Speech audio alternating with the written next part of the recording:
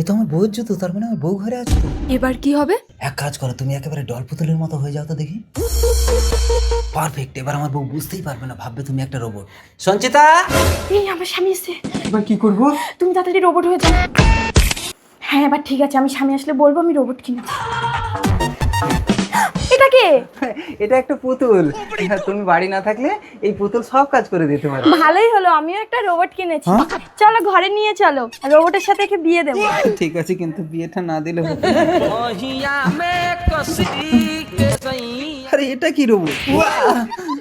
ঠিক আছে। নাটকটা কম করো, নাইলে ধরে ফেলবে। আরে বেশি নাটক করো না, ধরে ফেলবে। এ নাও পুতুল পুতুল বিয়ে দিই। বিয়ে দিতে না ঠিক আছে, তাহলে বিয়ে হয়ে গেছে। না, এরা ফুলসজ্জা করুক, আমরা বেরিয়ে। চলো। ওই কিছু